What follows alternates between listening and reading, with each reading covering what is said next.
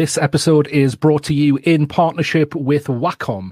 Across the globe, learning is still handwriting-centric, especially in mathematics and science. This can make the shift to digital tasks challenging. Many schools are seeking effective apps and hardware to ensure a smoother transition for digital learning, especially for STEM lessons. Expanding digital pen and ink technology from teachers to students opens up new possibilities for communication and collaboration in and out of the classroom. Using pen-enabled devices, teachers and students can explain complex concepts, take notes, provide feedback, and show their work quickly and easily. Wacom pen displays and tablets easily plug in to the existing IT equipment in the classroom, enabling members of the class to interact with the digital content being shared. The teacher never even needs to turn their back on the class. Collaboration is simple when working on shared documents and apps with the digital pen. There's no new software to learn.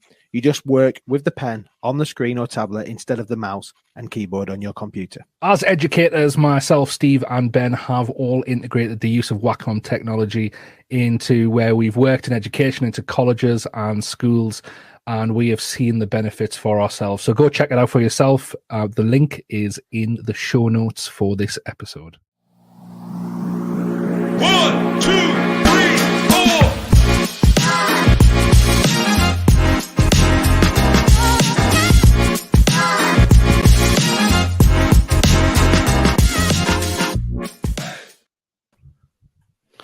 Good evening, everybody, and welcome to episode 202 of the Edufuturists podcasts.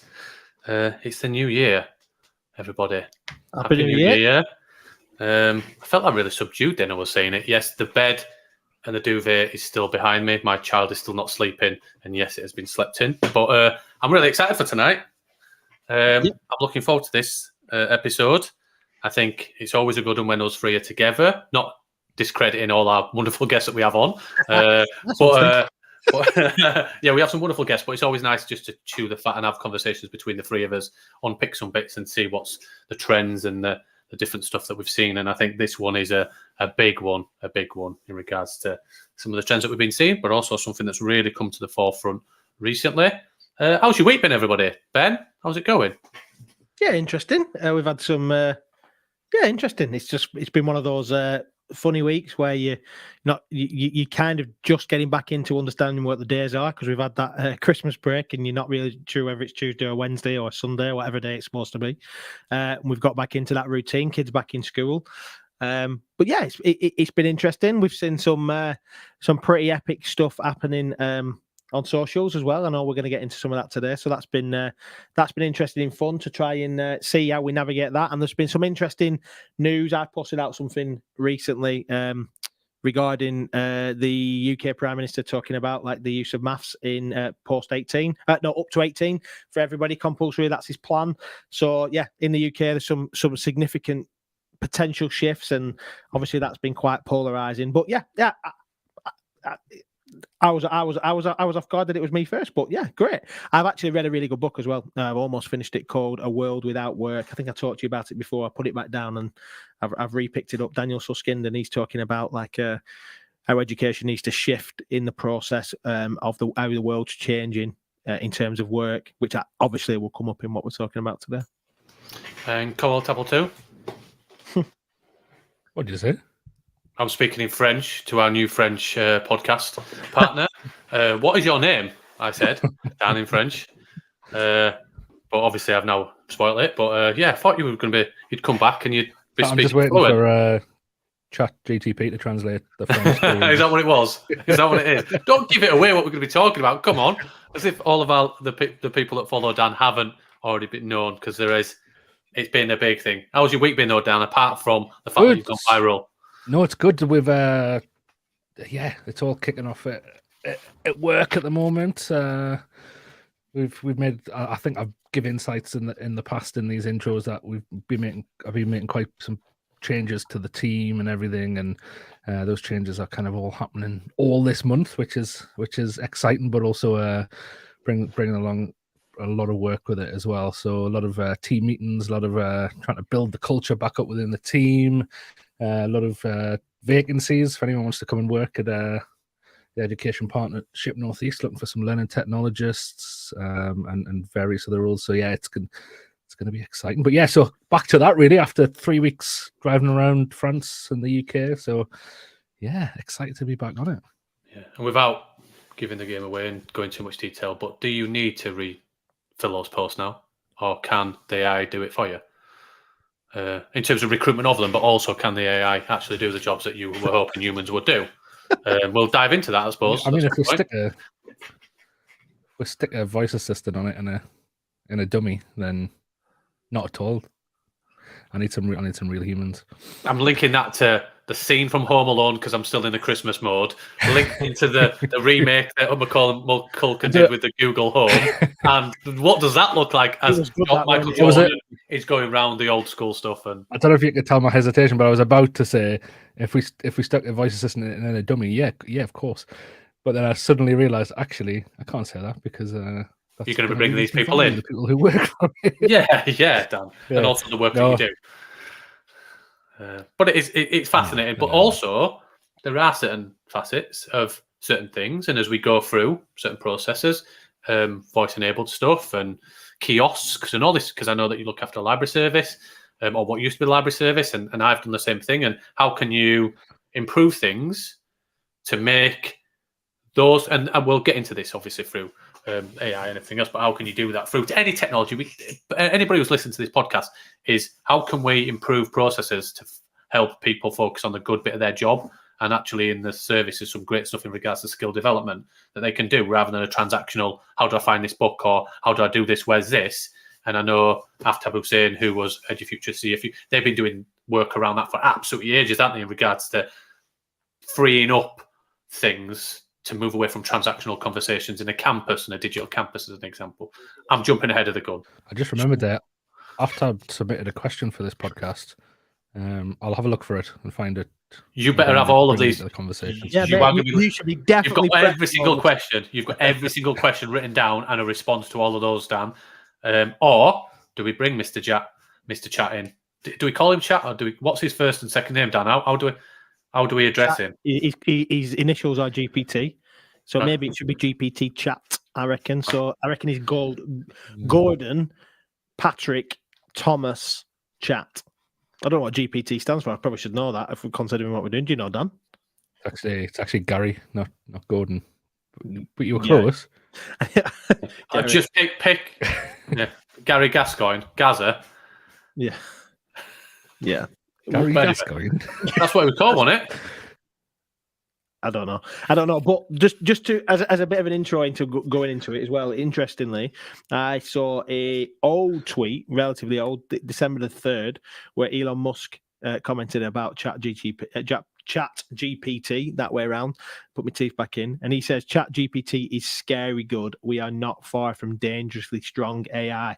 And I don't know if anybody remembers Elon Musk being on Joe Rogan's podcast where he was talking about the challenges of AI, and it'd be interesting as we get into tonight's episode. We are very, very close to some very, very exciting and strong amendments to world. I read another tweet earlier that said that the AI is going to contribute. Let me just get the numbers right. I'm just looking up into my just like I said, just to add a caveat into that. Please let's not hope that we hemorrhage listenership during this episode like Elon Musk has with his finances over the last 3 months. Well, so yeah, but it's all right though, because AI is going to save that, because this was basically this guy was talking about how AI is going to add $15.7 trillion into the global economy in 2030, which is pretty epic. So that's more than the current output of China and India combined. So that's pretty. Yeah. I know you've been spending a bit of time with it. I think we should start at the beginning. But what I'd like to say is, I think the thing that I've noticed, and I've probably spent in terms of the testing process, and I know you guys have been doing a lot in terms of the preparation for the podcast and many more stuff that goes behind the scenes and your individual works and stuff that you do.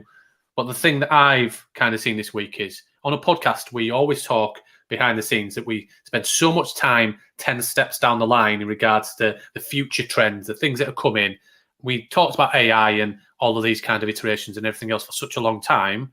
But the thing that I've seen is what we see the two worlds of collide, where the things that we've talked about for such a long time, and then there comes a point where it becomes reality and it hits home to the education system currently. And the thing that I've loved this week is the nervousness of those people that want it to stay the way it has. And I think that my judgment is it might not transform everything, but when people are really, really nervous and calling it out based on the current system, I always think it's going to be a good thing, because why would be they so nervous to keep the status quo and the current system if it was actually just another, pardon the statement, but fart in the wind. So I don't think it's going to be that. But Dan, do you want to start off? I just think it's interesting, that whole thing of we talk a lot about, and like this whole idea of push and pull. You're trying to make change, and that we focus on the pull a lot. What's going to actually what pulls us and what pulls educators, what pulls people into, is going to pull people into the future of learning and innovation. And we talk about VR, we talk about blockchain technologies, all of that, and how there's all these worlds out there that are going to could benefit education, benefit students, and benefit the world. But there's almost, from the system, the educational system point of view, there's no real massive incentive to want to change and experiment with it. And I think this whole new AI technology that we're seeing now come through is gonna push. Is really I think people aren't going to have a choice but to use it, and then the implications of that are that it is going to empower students. We can get into this. It is going to put the ownership of learning back into the students' hands, and it is going to move us into that type of educational culture, I think. And it's almost going to push people kicking and screaming into it to a certain extent. And there will, like you said, Steve, there will be people who are like, well, we can't have this. They have people who've messaged me this week and said, yeah, but the students could use this and do their work on it. There's obviously like there's within the old paradigm, there's a sense that, well, it's not going to work anymore. And I know we talked about the three box solution to innovation, and we talked about box one, and it's almost like we're now reaching the stage where we can't stay in box one anymore. It's just not fit for purpose anymore, and we're going to have to go to box three. And I think those of us who have been looking have been reading the weak signals and exploring box three ideas are like, let's do it, let's jump into it. But those who haven't and it's there's no fault being assigned here, especially the day-to-day teacher. They're in their world to teach, and they've got their restrictions. But I think educational leaders probably bear some of the fault for not looking towards the horizon, if I'm honest. And they can't really see the third box to jump into at the moment. And so then it gets really scary, because if you're being pushed out of box one and you can't see the third box to jump into, by the way, if you listen to this and thinking, what is he on about? Yeah, if you go back and listen to our conversation about the three box solution innovation, but yeah, it is interesting, and that we're going to have to start creating a new way of doing things, because someone else tweeted the other day, and I thought it was funny. They essentially said, just taking the piss. Very shortly, we're going to have AI marking AI's homework. Like, and that it is like, if you've got teachers creating things using AI for students take it and run it through an AI machine to get the answers, and it's just going to be AI talking to itself, essentially marking its own homework. And but the irony is, how many students we've taught, how many students take and copy your slides and then give it back to you anyway. Yeah. It's just because that's the system we've created anyway. Absolutely. Isn't it? It's just students being smarter in terms of how we create the resource, to students being smarter in terms of how they potentially respond to that resource. But do we need to talk? I know we're kind of jumping ahead in terms of everything else, but what is it? I know we talk about AI and everything else, but we need to maybe start at the beginning for those people who are on social media, in terms of what is it that we've been doing, and what is the whole what is it, this amazing thing that we've kind of just started to delve into, that potentially could be a game changer right now. end of November, a company called OpenAI, who has actually received a lot of funding from Microsoft, have created essentially a chat. So you go, like if you open up your Facebook Messenger or WhatsApp, it looks a bit like that, and you chat to it, and it gives you answers essentially. Now, most people will jump straight to. I don't know if you've been on like your bank or your utilities website or a shop website, and it jumps up, a little window in the bottom jumps up and goes, "How can I help you?"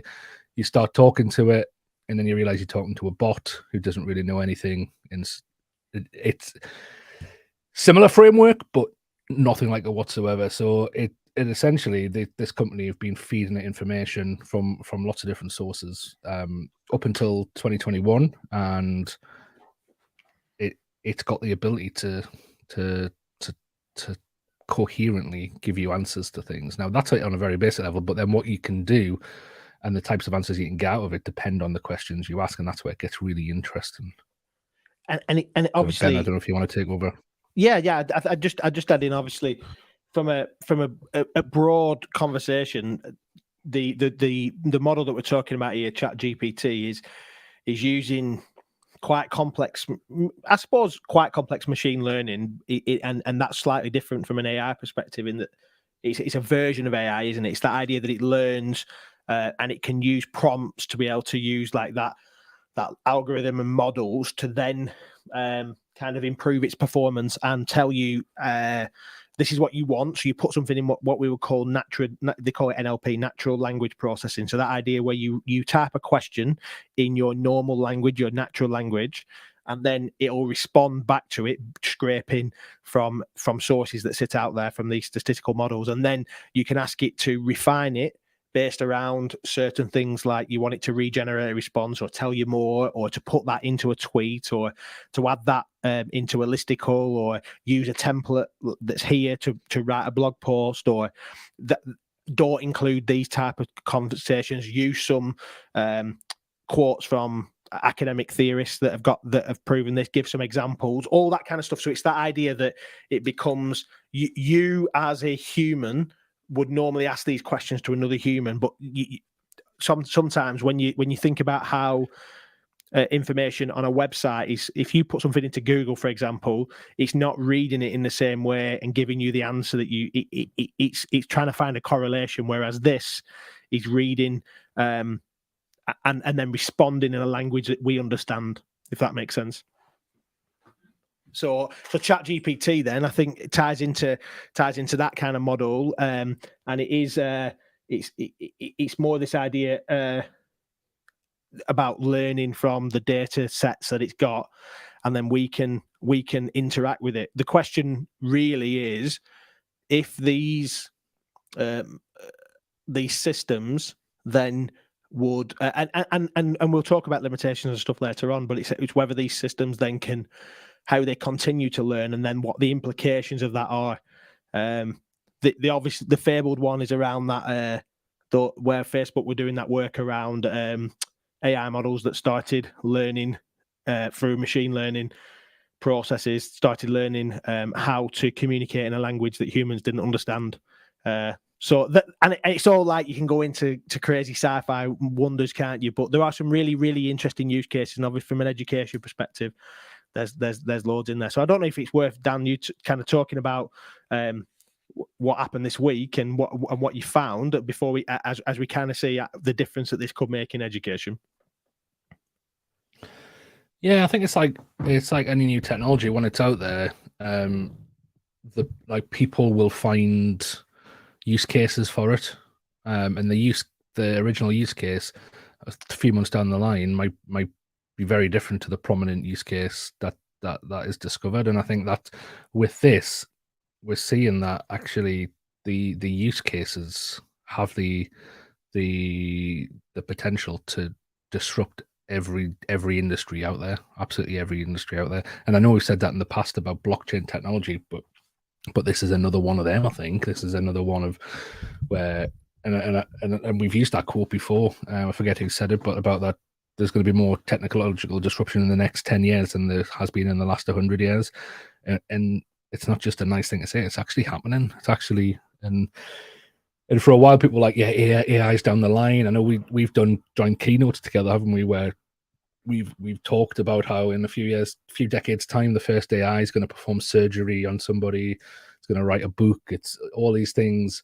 But I suppose even when you're talking about it, you're still not grasping the reality of it, are you? That you think, oh yeah, it's going to come, and then all of a sudden, end of November 2022, when ChatGPT is released, and you start realizing actually what it can do, that's when you think, oh shit, actually, this actually is the application of it is really, really phenomenal in terms of what it could be used for. And so we're starting to see like a very obvious one is the implications for marketing, for copywriting, the fact that it can do that very professionally.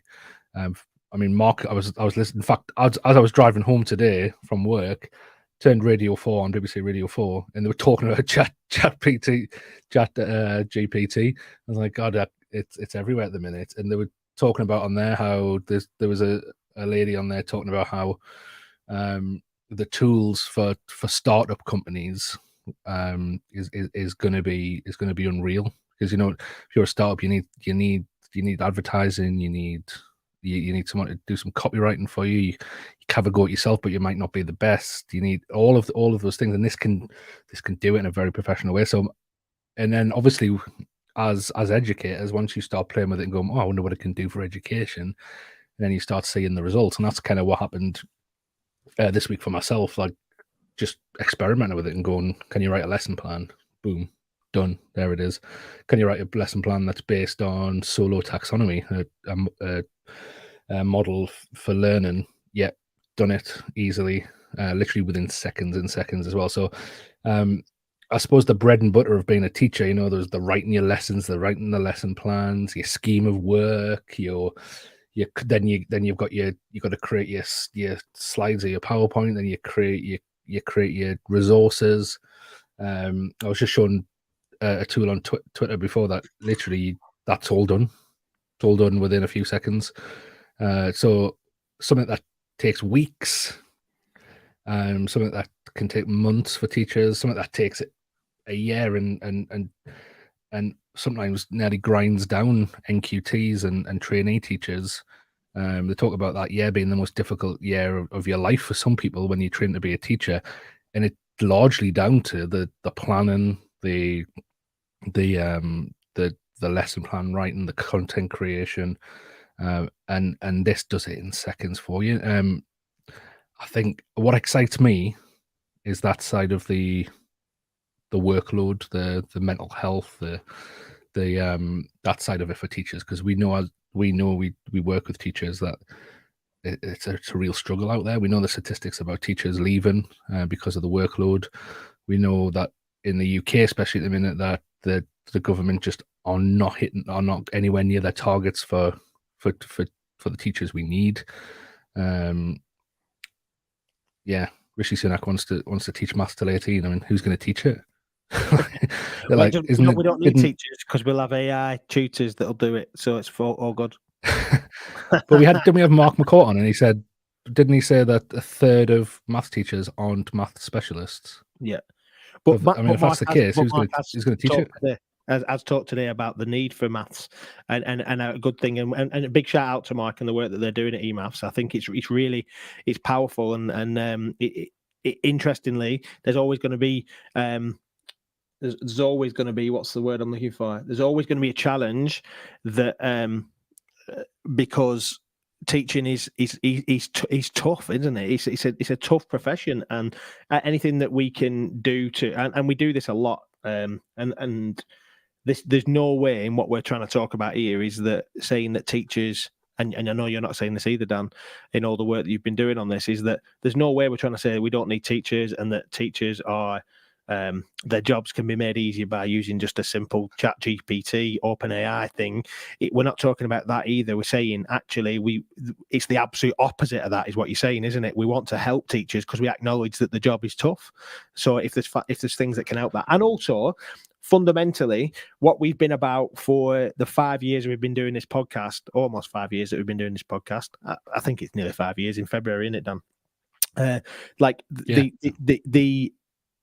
all the time we've been talking about this is that education needs to shift, and we've been punking this idea that there needs to be something, that we can't just keep perpetuating the thing that's there. A model like this comes along, a system like this comes along, and it goes, and people's natural reaction is to go, well, that's going to help children cheat on their homework. Is there a plagiarism check for this?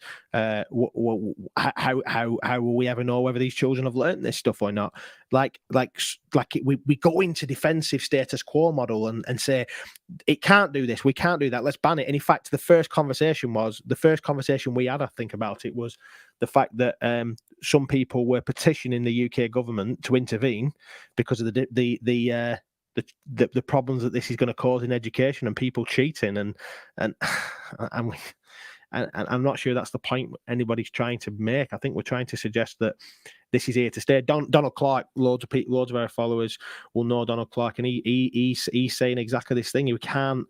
AI is out of the box. Like we talked about this in and Bob Harrison talked about it, didn't he? He talked about when we had COVID. Like the genie is out of the bottle or the lamp or whatever the genie's been in. It's out. We can't put it back in and just think, oh, let's forget about it. And we've tried to do it since COVID, and we don't need online learning, and we don't need alternatives using technology. But this one is well and truly out of the bag, and we need to have a look at what that means. Yeah, it's interesting, isn't it? Because I was, again, when I was listening to this interview today on the radio, they were talking about there's probably going to at some point be a need for regulation with this. So like someone to say, like, actually the information you're reading is being generated by an AI model or an AI machine, and it's really, I think we really get into the philosophical side of it, really, of language. Well, where does language come from? What do we use language for?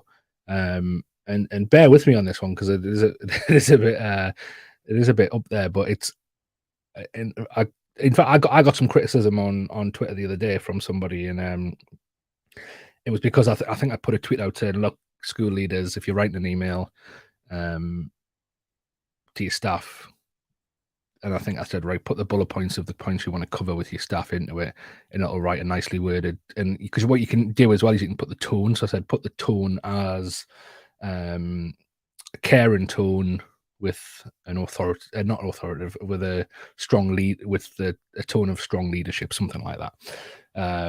And somebody, and I had a bit of a back and forth with them, probably a bit too much. I probably should have just left it, to be honest. One of those ones where you're like, actually, I want to explain myself. I want to explain why the person's wrong, in my opinion. But it was, and the person said, well, why if I was a member of staff, why would I ever want to get a message written by an AI machine from a, I think it was praise. It was praising them for something. Why would I ever want to get an email of praise from a AI? It would totally smack. It would be a smack in the face, not an email of praise. And I can understand it, but I don't agree with it. I just don't agree with it one little bit. I'm like, I think because the care inside of it, the points that the person wanted to cover when they write an email, you've put it in there. You've made, like, let's say, a bullet pointed list, right? I want to thank them for this. I want to do this. Write it in a caring way. It's something that your brain's going to do anyway. Like if I sit down and I'm like, right, I want to write an email to my staff, and this is what I want to say to them. I'm going to think of the language to use. I'm going to use that tone. It's just the AI is the tool I'm using to do that. Just like if I went into just a thought though, like, and yeah. I'm not being that guy on the Twitter thing. I think all of this is up for debate. Let's have it. I think, like, if, and I know that's work, but if somebody sent me, I know when you get a circular. When you get a circular, that they might well have put a nice little mail merge in and put your first name in, and they've put what your address is, and feel like, oh, that feels nice, that email's come to me, or that letter's come to me, but it's a circular. A letter written, an email like that, I know it'll have some personalized things in it, but essentially it is just a depersonalized. We're actually talking about personalizing education by depersonalizing from this perspective to some extent. That could be one perspective, but I think about it from a relational perspective, like I would hate it if my kids wrote me a birthday card by AI. Like it's like, and I know that's a really gone to the far end of the extreme, but Yeah, but the birthday card will have a message in from the card company, doesn't it? It does, but that does anybody really care about the messages from the card company, or are they bothered about what the person says? Oh, better I mean, start personally, I putting- don't. To Joe I know Blogs. people who do. Happy birthday, Steve. I better put a little bit more meaning in terms of what I'm writing. Well, Apologies. to be honest, My wife is 40 in a couple of weeks. I've just given her what she's going to get. But all I mean this is that, like, and I don't mean like just being that is a silly example, but I think if you want to try and the time it takes to write emails well with a good tone, AI will save that, won't it? Is what I know. That's Absolutely, isn't it? And I think this is some of the criticism that is coming for this new technology is looking at it very black and white. Like, so I think I posted something about giving feedback to students.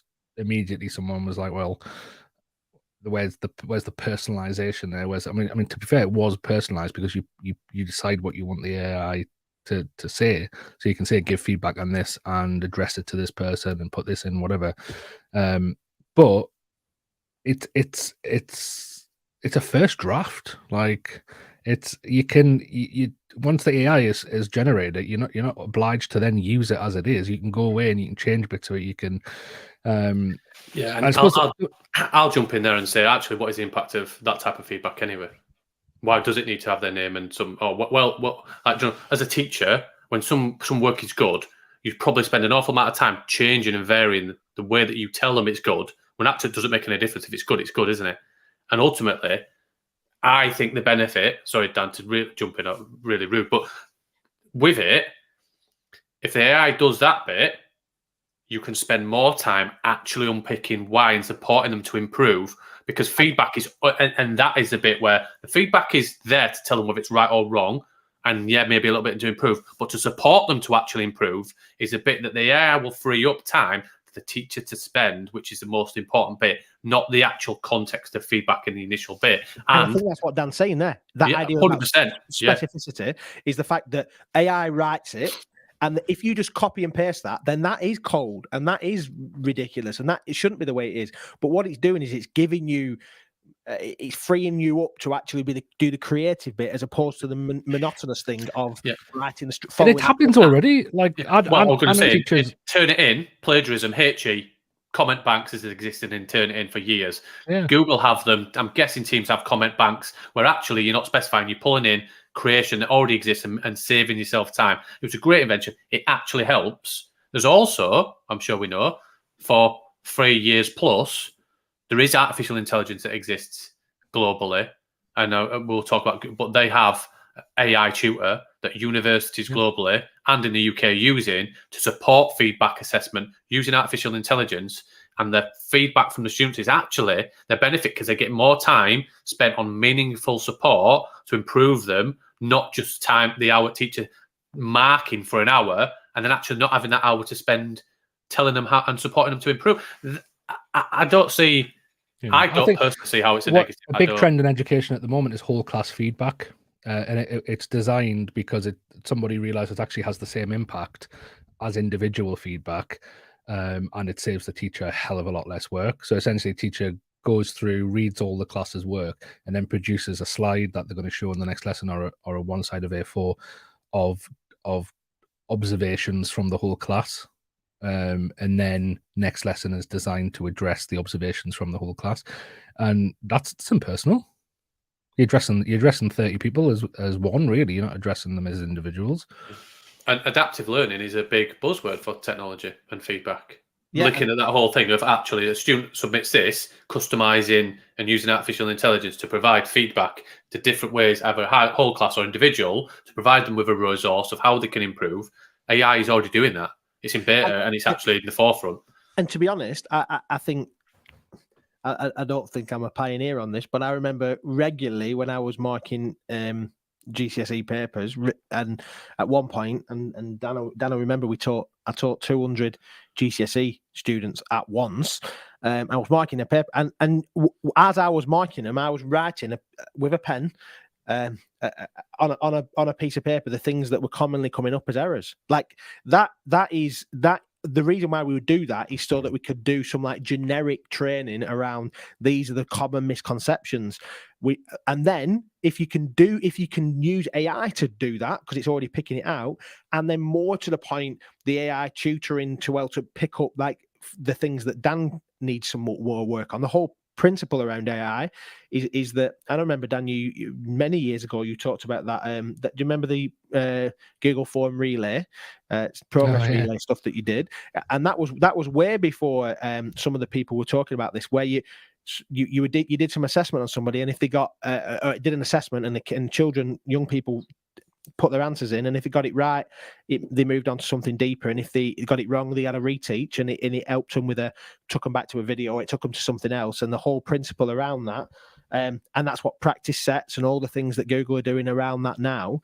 I think the personalization element, and I think that's, yes, it deals with the monotony and the things that are like what's the word it's called, like bulk work. It does a lot of that for you, the grunt work, but also the opportunity for personalization is off the chain, and that's what some of these people who've been talking about AI for years and years and years are saying.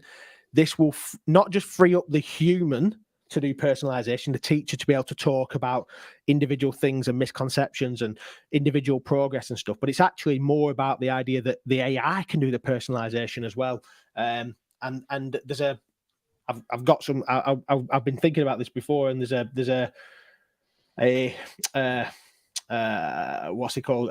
Dr. Candice Steele. She's from the Open Learning Initiative at Carnegie Mellon University. Talks about this. Actually, the idea around personalized learning has the potential to revolutionize education, and AI is going to do that personalization. And we've talked about personalization for years and years and years. But the massive challenge is actually to understand that teachers need to be more about personalization than they are about systemization and like one size fits all. That Daniel Susskind book that I referenced earlier, he talks about a lot of education in the developing world is around what's the word? He used that phrase, one size fits all. And actually, the reality is that one size fits none. I can't remember where I've read this. I was trying to rack my brains the other day where I've read this, which is the conversation around they did some work around pilots, and I'm going to really ruin this. And the idea that the cockpit for a pilot is they made some cockpits and they made the sizes and the seats, and they did some averages, and they worked out about all the people that were flying these planes, and they did an average of these airfighter pilots, and they made the cockpit perfectly sized for the average. But the problem was the nature of averages meant that there wasn't anybody who was a co-pilot who was that exact size, because it was too because it was middle of the road, one size fits all. It didn't actually fit anybody, the tall people and the short people, the wider, because they were trying to make it fit everybody. And AI and this kind of stuff is potentially going to really help with that personalization, isn't it? Yeah, and there's a big issue in terms of not only recruitment of teachers, but retention of teachers. One of the biggest issues that's always talked about is burnout, workload, and all of those kind of things, isn't it? And we've had Laura McInerney on from Teacher Tap, and I was looking at teachers always struggle, and you say, how many hours have you done this week? And people go, oh, God knows, but it's probably 50. And I think it was I remember, I think Laura said there was some research, because it was a while that we've had her on, there was some research done in 2019, I think it was, that identified that something like between 50 and 55 hours, based on the feedback that they'd got using the tool of Teacher Tap. The survey had demonstrated that on average, between 50 and 55 hours were being done by teachers. They couldn't identify what it is. Well, if you identify how many hours are actually spent in a classroom on average, and I can only based on FE, and you're probably looking at maybe 21, 24 hours. So that leaves let's say 37 hour in terms of a contract. Even at that, you're probably looking at between 16 and 13 to 16 hours that is then done on planning, marking, feedback, and everything else that goes with it. But you then put into the fact that they're probably working 50 hours. So they're doing 25 hours, let's say, teaching, and it might be different. Somebody's going to tell me primary and secondary is very, very different. And I apologise because I don't know, because I've not been in the classroom for a very long time. So I'm not trying to discredit. But if you say 25 hours a week you're teaching, 5 hours a day, sounds like a lot. I don't think you should be doing more than that. And if you are, maybe speak to your line manager.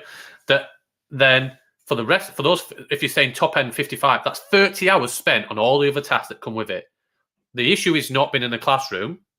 Let's be honest. The issue with teachers leaving the profession is the other 30 hours they're having to spend. Some of it they're not getting paid for.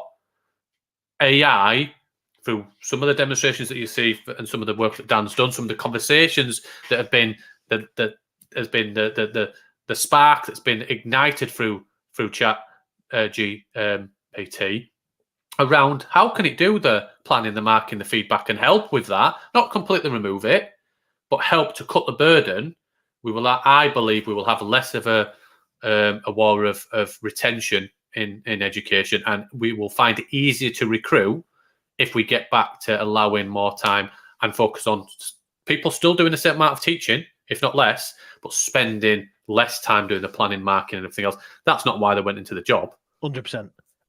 And that is where AI will really, really help. It will not do the other bits, and it can do. I know we had the health futurist on talking about the fact that AI might provide better feedback than some health professions. I've been through it, and my health profession was great, really, really, but provided really bad news to me in the least empathetic way you've ever seen. Of you might have cancer, it could be blood cancer. If you've got blood cancer, that's the worst one that you could get. I'm not being funny, but it didn't make a difference if that information came from. The irony of that is, I don't discount and I don't credit that the person that provided that information to me. But did that make a difference if it was a person or whether it was AI? No, it didn't, because ultimately it was a terrible way to deliver news. I think AI probably could have done a better job than that person. But if you think about that, it might change. Would you want to know, Steve? Like, I'm just thinking No. back to the whole policy thing and putting almost disclaimer on it. Would you want to know it was AI? I know. That information is still the information and is accurate. For me personally, and I can only speak from person, the person that has diagnosed and looked at all of that information to identify that potentially, and just to clarify, I don't have cancer. I have MGUS, which is different and is not life-threatening. That information that was provided wasn't taken away, that some professional had looked, assessed, done all of that information, but actually that feedback has probably saved them time, because a doctor didn't have to waste half an hour giving me the news. They could then spend an extra 30 minutes analysing, spending time with somebody who actually maybe doing all of the other stuff that is so important. It is interesting, isn't it? And I think it goes back to the point I was probably poorly making before when I was talking about the philosophy of it. Like, if the doctor had got your results, sat down and thought, right, I need to write this letter to Stephen Hope to give him this news. He's pulling on the decades of him learning different language, back from when he was in school. He learned how to put a sentence together, back to when he was in medical school and he learned certain words. Probably then the few decades he spent as a GP or whatever doctor he is or she is, and learning how to communicate with people in a caring way while delivering news. He's just using the words and the language as a tool, as a resource. I'll be honest. AI doing that? That's AI doing that, but just a million times quicker. You know what? It would have made no difference to me if it would have been on a chat and I was getting chat feedback like the way that you engage with a website. That they tell you something, you ask it a question. That's basically low-level artificial intelligence and machine learning, where it based on the questions that you put in. Obviously, it has to take the information from somewhere. The doctor has fed that in based on the information it's provided. And I say, what is the next step then? Tell me information. What is the percentage? They would provide that information. It wouldn't have made a difference if it was over chat or voice engagement. For me, it wouldn't have made any difference. The news would have still been as terrible. I would have still have acted the same way when I had to go back and tell the news to my family. Nothing would have changed. It would have just freed up some time for that doctor to spend. I again I'm thinking if you were reading that, whether it came from a person or an AI, I don't think there's an issue.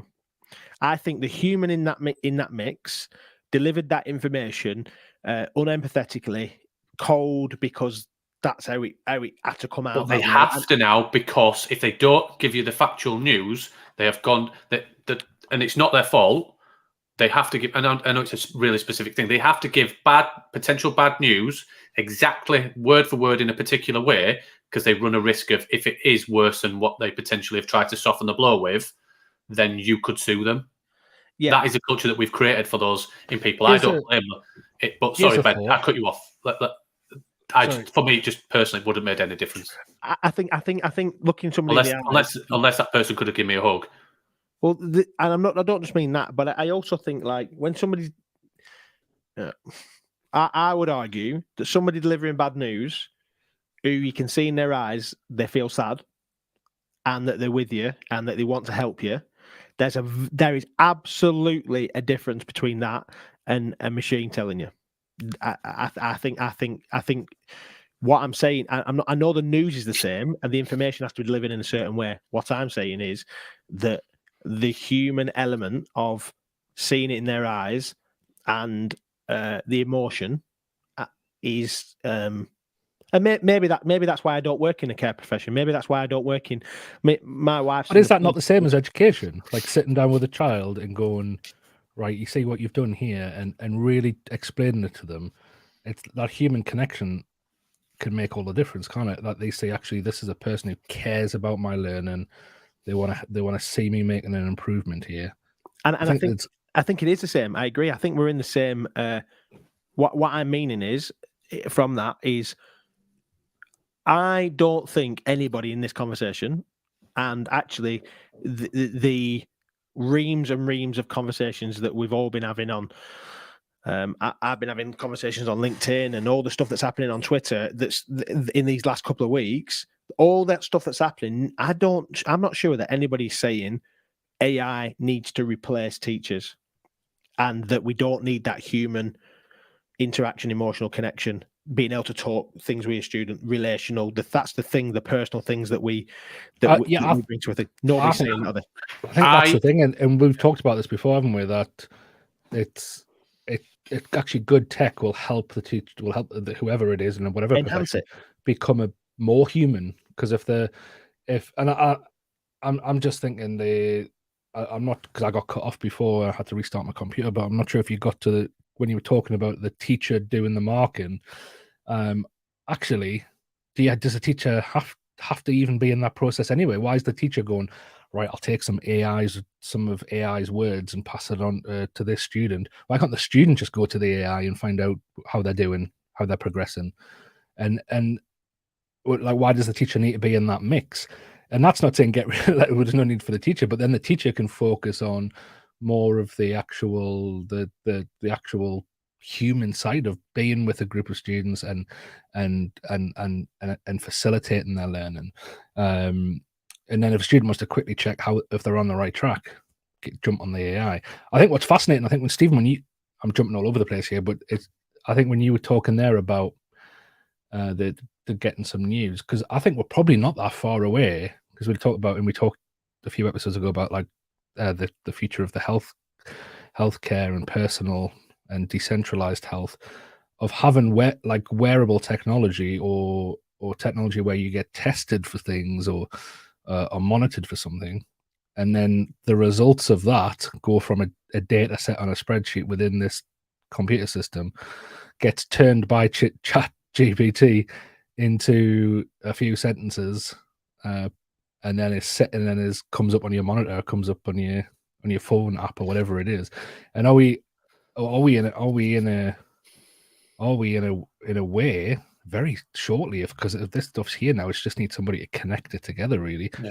Are we going to get rid of the human altogether from the start of the process to the end of the process? And I suppose the question there is, if it can be done, should it be done? It's really interesting. I think education, healthcare, all of these different industries, they will go through a shift in terms of the workforce and everything else. But I think healthcare and education currently aligns in the UK specifically because of the chaos that is currently there in regards to the healthcare system and the NHS in the UK, and the fact that they've now, I was hearing on the news that they're creating a car park triage because they don't have enough space internally. They've got doctors at certain hospitals in the UK that are walking around the car park and triaging people in their cars while they wait to see if they then need to be brought in earlier and make an adjustment, and they're getting them to sit in the car to then say yours will be an 8-hour wait in the car, but yours that bonkers. But also that's because of maybe investment, whatever your view of the reason being. But one of the things that we can't move away from is space, number in terms of staff, the need for faster recruitment, the gaps that need to be filled because we don't have enough.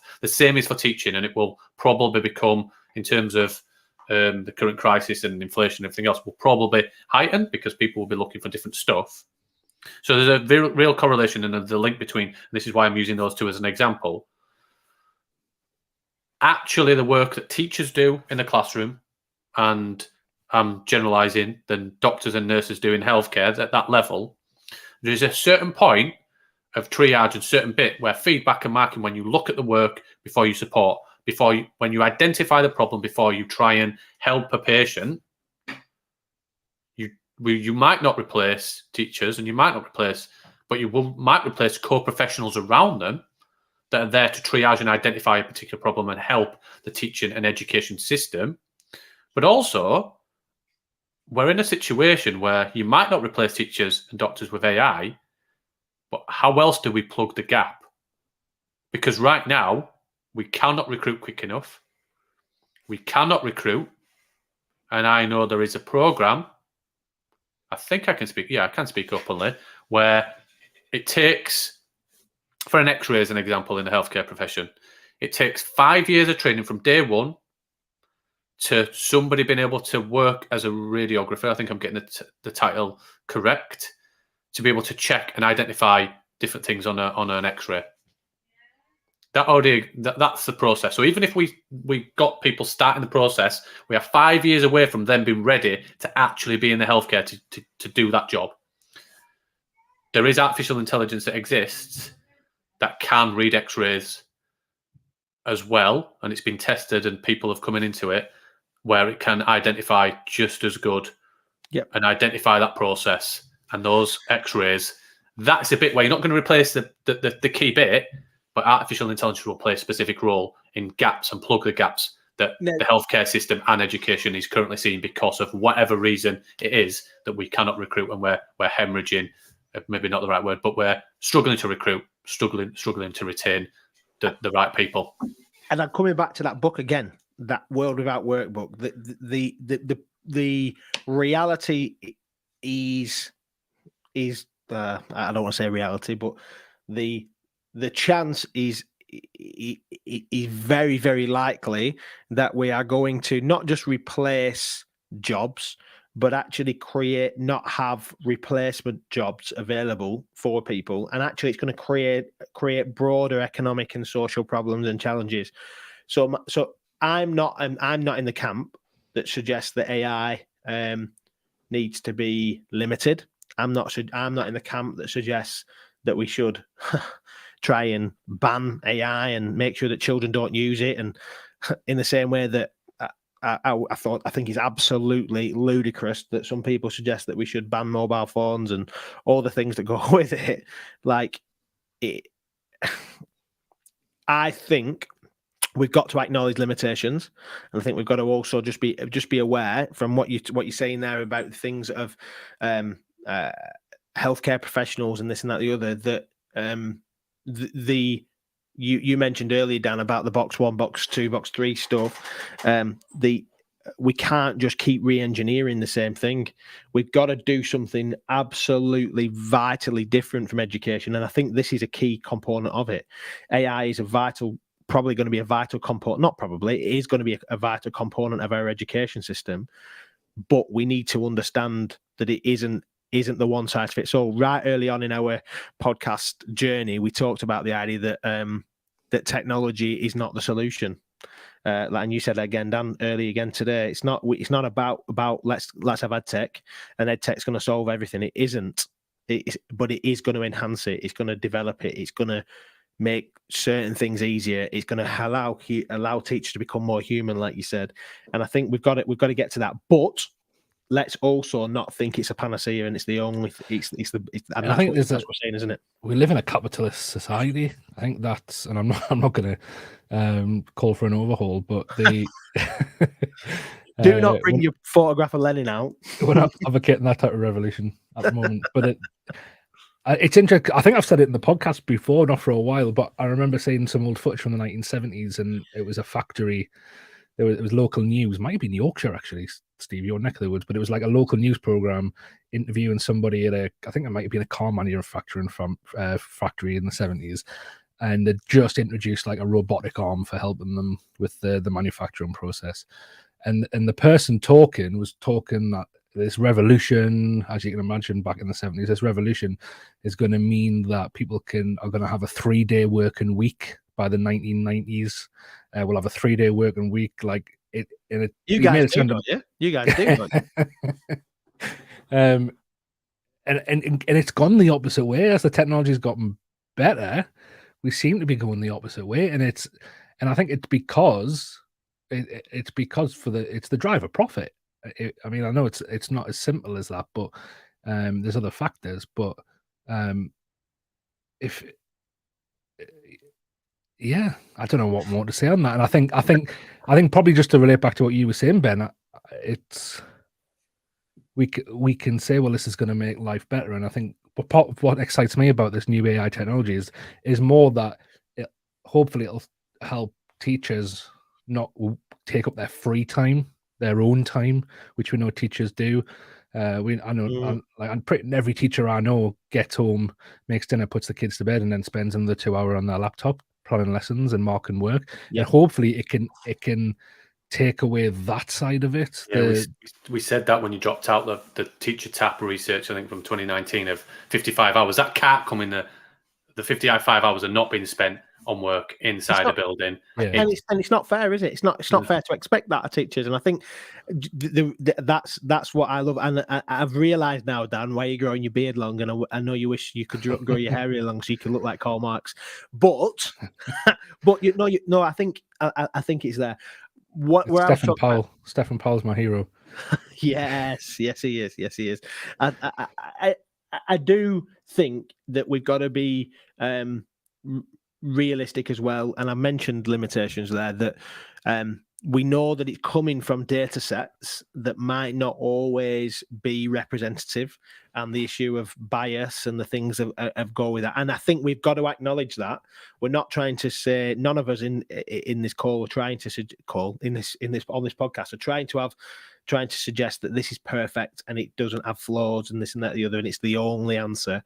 We acknowledge the bias, don't we? And we acknowledge the fact that it's not perfect. For those people who think that we've swallowed the what's it called, that sauce, I don't know where am I going with Kool-Aid. The Kool-Aid, yeah, the Kool-Aid. That was the thing I was thinking about. The sauce. I was going to say it's like the most British version of Snoop Dogg. Like literally, the gravy. He's a UK version of 50 cent. It's like 50 pence. It's like I'm not drinking on the Kool-Aid. I'm supping on sauce. Is it HP? I'm gagging on the gravy. But what I was saying is that we've not just like gone a hook, line, and sinker just because we've got into this. We're not gone hook, line, and sinker and saying it's perfect always. That is what I'm saying. And I think we've talked about the whole thing of not one tool, the tool that is right there. And I know Dan and Ben and loads of people are out there testing it and putting practice of, can it do this? What does it look like when you do a lesson plan? What does it do? And Chat GTP is there, and that's the one that's kind of out there. But AI is beyond that, but it does have its limitations. It does have. It's not perfect. It does have bias, so does life. Yeah, exactly. Like I think I put in I think I got it to make a lesson on photosynthesis, and one of the questions that came up with was, and I didn't realize this at the time, but someone tweeted me, was what's the difference between photosynthesis for a plant compared to photosynthesis with a human? So it's not perfect. Photosynthesis for those people who listen to this. There's no chlorophyll in our cells.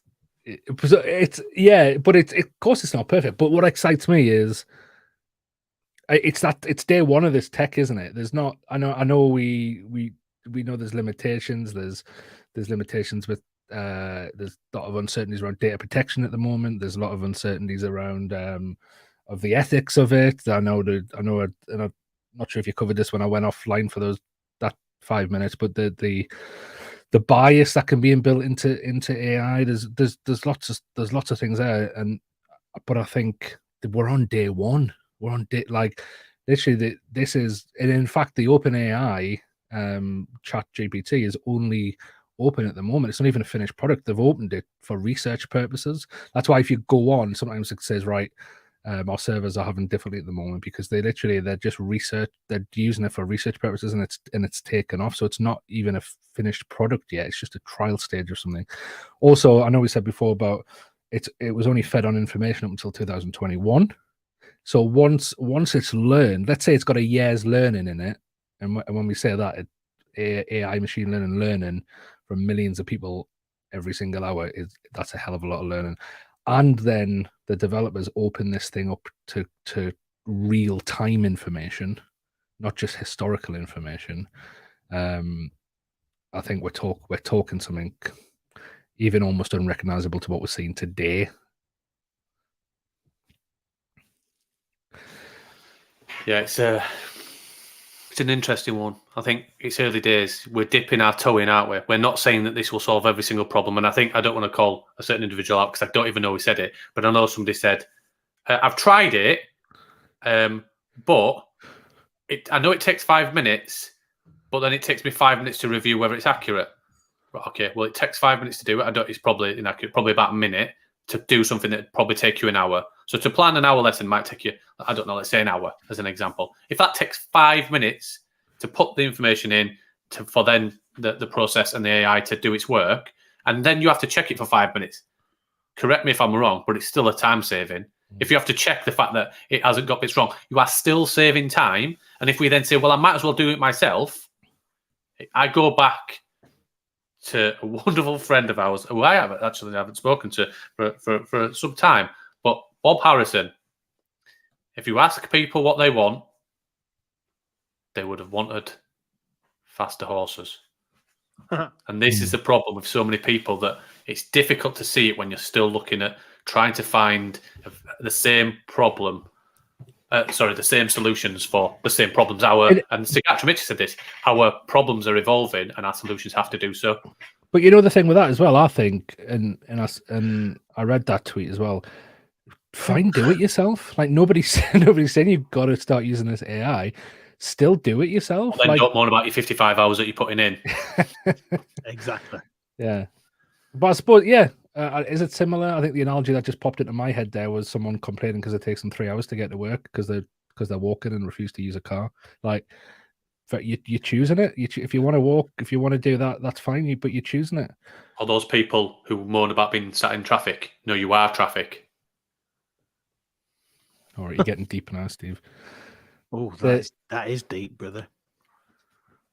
Yeah, it's but I think. You are talking traffic. about faster horses,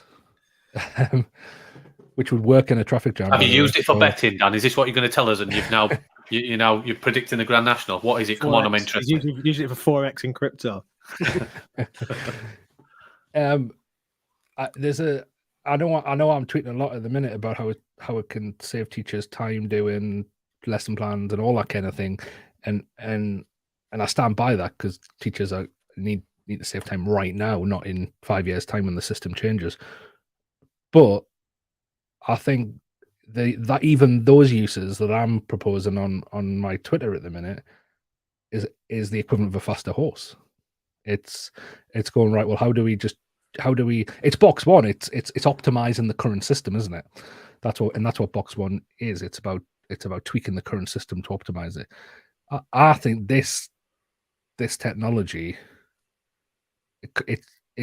we can either stay in box one and have faster horses, or it can change things in a way that we can't even see at the moment. It can. I think going back to what I said earlier on, is it can empower students massively.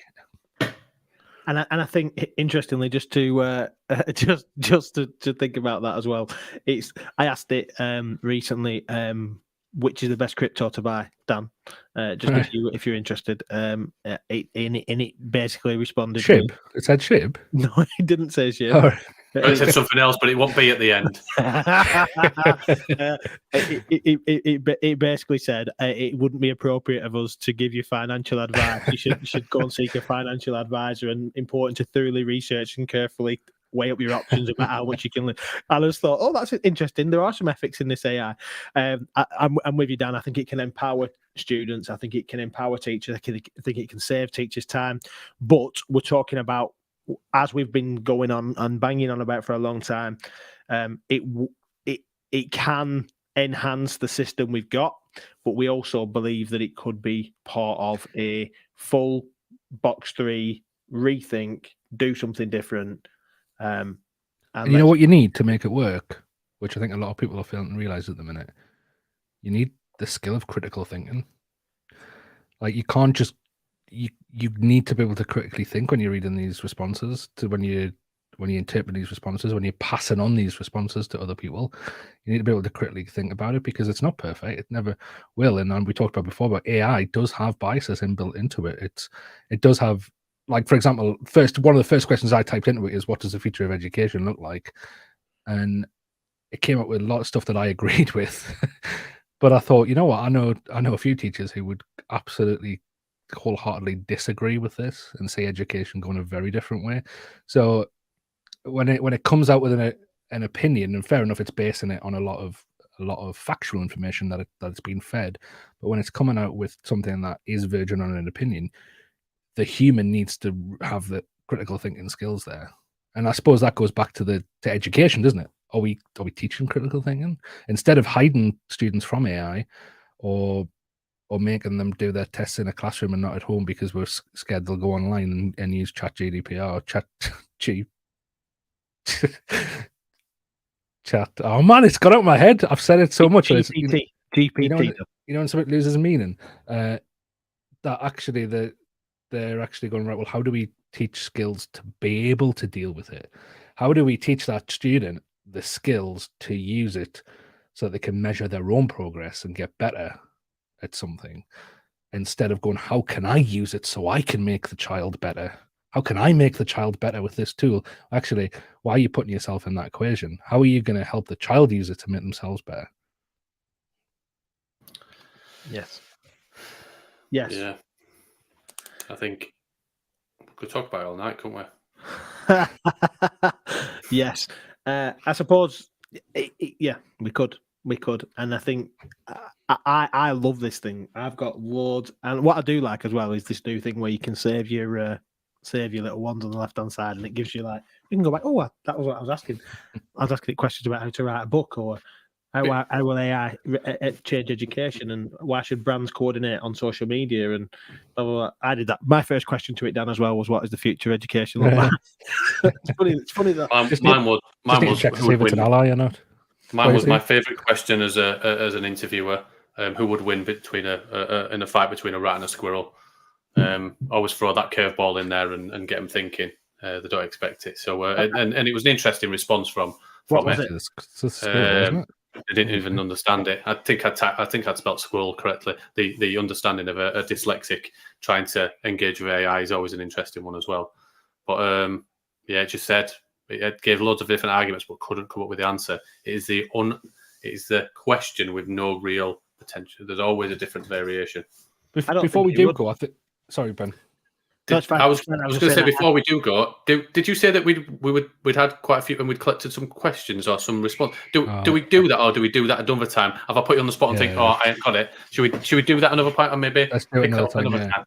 I think in fact this could be a whole thing in itself, really. But I think, as well as critical thinking, we're gonna need to have to provide the skill or develop the skill within our young people of how do you ask a good question. Ooh, that was the one. That is the one. What is the question you're looking for? Are you looking for what answer you're going to get? It is depending on what question you ask, isn't it? Very quickly, I found out with Chat PT that the value the quality of the answer you get is based on the quality of the question you give it, and that's like, and teachers should know that, like how you ask a student a question is going to determine the quality of the answer you get back. Are you modeling it? Are you being specific enough? Do you know what I mean? Like it's about communication skills, isn't it? Yeah. Yes. How do we create those? When artificial intelligence is there and is only going to develop better, how do we ensure that human intelligence is really focused on in our education system to provide students with what the artificial intelligence cannot do? Because it will replace some jobs, but human intelligence can't be replaced, and we have to focus on those skills. It isn't about regurgitation of knowledge and certain information. That's fine. You have to know stuff, but the skills around it aren't soft skills. They've never been more important, I don't think, when you compare human intelligence to artificial intelligence. Artificial intelligence doesn't take breaks, doesn't do that. It just works efficiently all of the time. Might need fixing, but it is more efficient in that. But it doesn't have, like Ben said, empathy in some regards. It can't understand stuff. It can't, right now, potentially it could do, critical analyze, communicate, all of those kind of things. That's the bit that we have to focus on and make sure that we're providing, because as an employer, that's the bits that I look for, not whether you've got a 4 or a 5 at maths. That currently is. That's what I look for as an employer. Yep. And I think that is probably because you acknowledge that there are systems that are more efficient. So why would you find a human that can do that less well? You wouldn't employ somebody who could do something less well if there was an alternative. You wouldn't go, oh, I'll tell you what, I'll employ them. You'd use a system. And remember, we don't rise to the level of our goals, we fall to the level of our systems. So it's about the systems that sit in there as well. So yeah, we could talk about this all night. I think we've got lots and lots of stuff that's going on, and make sure you keep on following the three of us. If you're watching this on YouTube, you'll see that our Twitter handles are on our next to our names, but also check out at Edufuturists on the social channels, and you'll be able to hear the stuff that we're talking, the research that's happening. I know that Dan's got a few webinars coming up as well. Depends on when you're listening to this, got a few webinars to find out a little bit more as well. Make sure you check out some of that and find out what people are doing around the UK and beyond on this stuff. Thanks, Matt. Nice one. Have a great week, and we'll see you next time on the Edufuturist podcast. That feels like a very official ending of the show. Over and out. Over and out. Steve, this is where you press the button. 1, 2, 3, 4.